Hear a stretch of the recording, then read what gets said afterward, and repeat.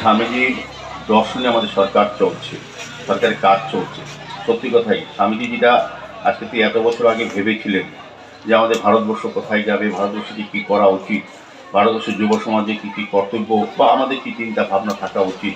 সেবামূলক কাজে সেবাকে কীভাবে মানুষের কাজে পৌঁছানো যায়, সেক্ষেত্রে কিন্তু আমাদের সরকার, কেন্দ্রীয় সরকার সেই দিশাতেই স্বামীজি যেটা স্বপ্ন দেখেছিলেন, যেটা ভেবেছিলেন ভারতবর্ষ নিয়ে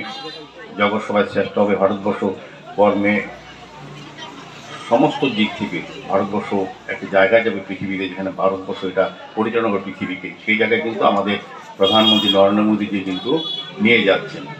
সেক্ষেত্রে আমি বলবো আমাদের এই যারা ক্লাবের সঙ্গে যুক্ত আছি, বিভিন্ন সমাজ গঠনের সঙ্গে বা সমাজ সংস্কারের সঙ্গে যুক্ত আছি, বা সুস্থ সমাজ ব্যবস্থা বা রাষ্ট্রীয় ব্যবস্থার সঙ্গে আমরা যুক্ত আছি, আমাদের কর্তব্য, আমাদের দায়িত্ব আছে সামাজিক চিন্তা ভাবনাকে প্রসারিত করা,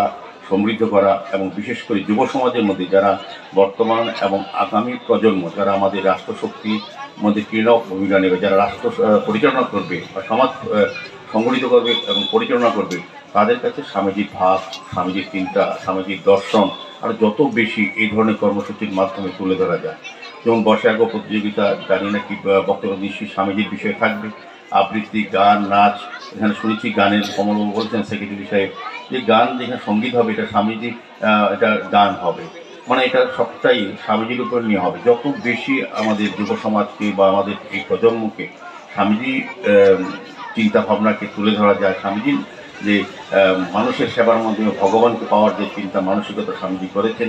সেগুলি যত বেশি করা যায়। যেমন চিকাগো শহরে যখন স্বামীজি ভাষণ রেখেছিলেন, উনি ধর্মসভায় গিয়েছিলেন, বিশ্ব ধর্মসভায়, তখন স্বামীজির বক্তব্য শুনে এই পৃথিবীতে প্রথম হয়েছে যে সভায় 2 মিনিট ধরে করতালি একসঙ্গে ছিল, যেটা হয়নি। এটা আমাদের ভারতবর্ষে স্বামীজি বলেই সম্ভব।